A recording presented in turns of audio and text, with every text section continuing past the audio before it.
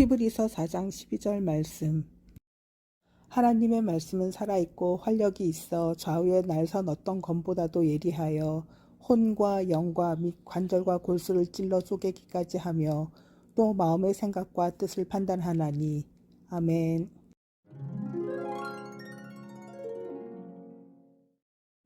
젊었을 때 저는 성경을 무작정 읽었습니다. 솔직히 하나님이 나에게 말씀을 하신다는데 저는 그게 무슨 뜻인지 몰랐습니다. 읽어도 저는 그냥 어려운 책이었습니다. 그럼에도 불구하고 저는 그냥 읽었습니다. 목사님의 설교에서 하나님을 믿는다는 사람이 어떻게 하나님 말씀인 성경을 한 번도 안 읽어볼 수 있느냐는 말씀에 성경을 읽기 시작했었습니다. 그러다 성경 공부나 어떤 부서에 들어가서 교제를 하다 보니 성경을 읽다가 답을 찾았다는 분도 있고 성경을 읽으면서 하나님의 계획하심을 깨달았다는 분도 계시고 정말 말씀으로 자신의 방황하던 길을 찾으신 분들이 많이 계셨습니다. 그런데 정작 저는 성경을 읽어도 어려운 말에 이해 못할 내용들 투성이었습니다. 정말 저렇게 하나님의 뜻과 대답을 바로 아는 사람들이 얼마나 부러웠나 모릅니다.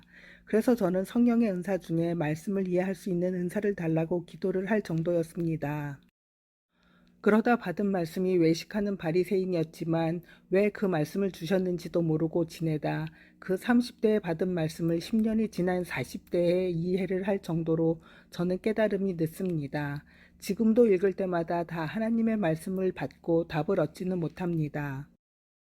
저는 아주 오래전부터 하나님의 말씀을 빨리 깨닫지 못하는 걸 알고 있었습니다. 그래서 저는 그냥 이해가 안 되고 무슨 뜻인지 모르지만 그냥 성경을 읽었습니다. 중간에 안 읽고 넘어가고 몇 년을 성경책을 주일이나 새벽 예배 교회에서 펴는 것 외에 안 읽은 적도 있었습니다. 그러다 또 생각나면 또 읽었습니다. 저는 양으로 승부한다 생각하고 그냥 읽었습니다. 이해가 안 돼도 언젠가는 이해를 시켜주시겠지 라는 생각으로 읽었습니다. 이해를 못해도 읽고 이해를 못해도 목사님들의 설교 말씀을 무작정 틀어놓고 들었습니다. 그러다 단어 하나, 문장 한 줄이 귀에 들어오면 그것을 묵상합니다. 물론 처음에는 그것이 묵상인 줄도 몰랐습니다. 귀에 들어오고 머리에 남으니 계속 생각을 했는데 그게 묵상이라고 전도사님이 말씀해 주셔서 묵상이 이렇게 하는 거구나를 알았습니다.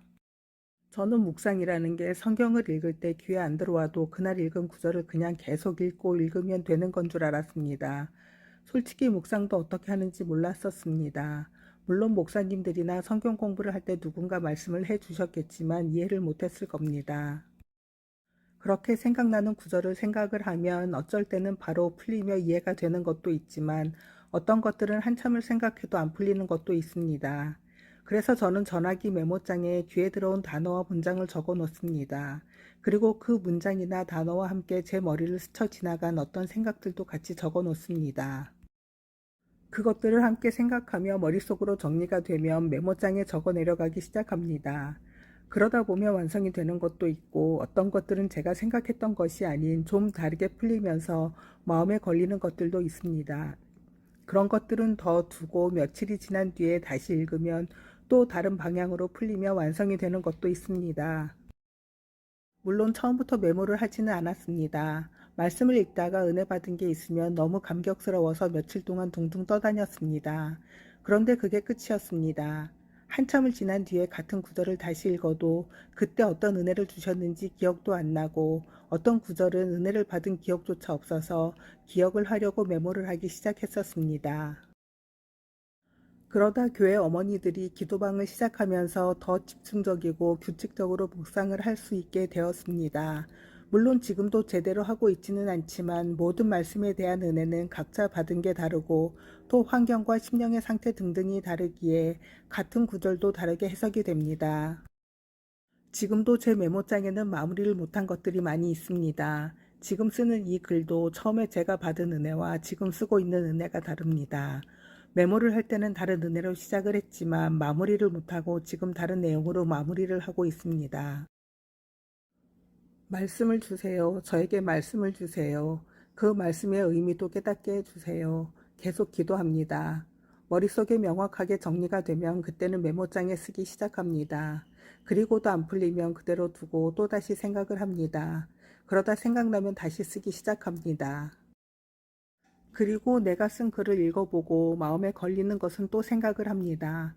그리고 고칠 것은 또 고치고 또 읽어보고 끝까지 한 번에 걸리는 것이 없을 때까지 합니다. 물론 그리고 나서 한참을 있다가 또 읽어보면 또 다른 은혜를 주실 때도 있습니다. 그때그때 주시는 은혜가 다르기에 매번 똑같을 수는 없다고 생각합니다. 큐티를 해야 한다고 하지만 어떻게 해야 하는지 몰랐고 말씀 묵상을 해야 한다고 하지만 그것도 어떻게 하는지를 몰라 무지할 정도로 성경을 읽기만 했습니다. 그러다 그 10년의 세월을 외식하는 바리새인을 왜 주셨을까를 가끔 생각하면서 묵상하는 것을 알게 된 것 같습니다. 그 다음부터 눈에 띄고 귀에 들어오는 단어나 문장을 생각하는 버릇이 생겼기 때문입니다. 물론 아직도 저는 받은 말씀의 대부분이 회개할 것들입니다. 나의 잘못을 깨닫게 하시고 피하던 일도 나에게 주신 하나님의 뜻임을 알려주시며 내가 하고 싶지 않고 잘못한 것들을 회개하라고 하십니다. 그래서 전에는 그것이 죄인 줄 모르고 행했던 행동이나 말들이 지금은 잘못임을 알고 회개합니다. 그럼에도 똑같은 죄를 범할 때가 있지만 전에는 죄인 줄 모르고 있었지만 지금은 죄인 줄 알고 회개의 자리로 갑니다.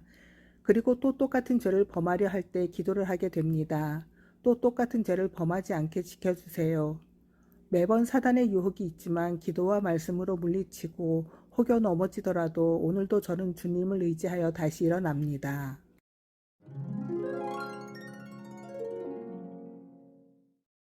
주님, 우리 아이들이 말씀을 어떻게 묵상하는지를 알고 제대로 묵상하며 주님의 뜻을 깨닫게 하여 주옵소서. 교회에 오래 다녔다고 하면서 성경책을 한 번도 안 읽는 무늬만 하나님의 자녀가 아니라 진정으로 주님과 교통하는 주님의 참 자녀가 되기를 원합니다. 우리 아이들의 주변에 주님의 참 자녀로 채워주심을 정말 감사를 올려드립니다. 올바른 신앙생활을 어떻게 해야 하는지 함께 배우고 익히며 주님을 만나며 주님과 동행하는 우리 아이들이 되게 하옵소서. 혹여 넘어지더라도 주님과 주님이 허락하신 주님의 자녀들의 기도와 격려로 다시 일어서는 우리 아이들이 되기를 원합니다. 언제나 우리 아이들을 사랑하여 주시며 함께해 주시는 우리의 구원자 되시는 예수 그리스도 이름으로 기도합니다. 아멘.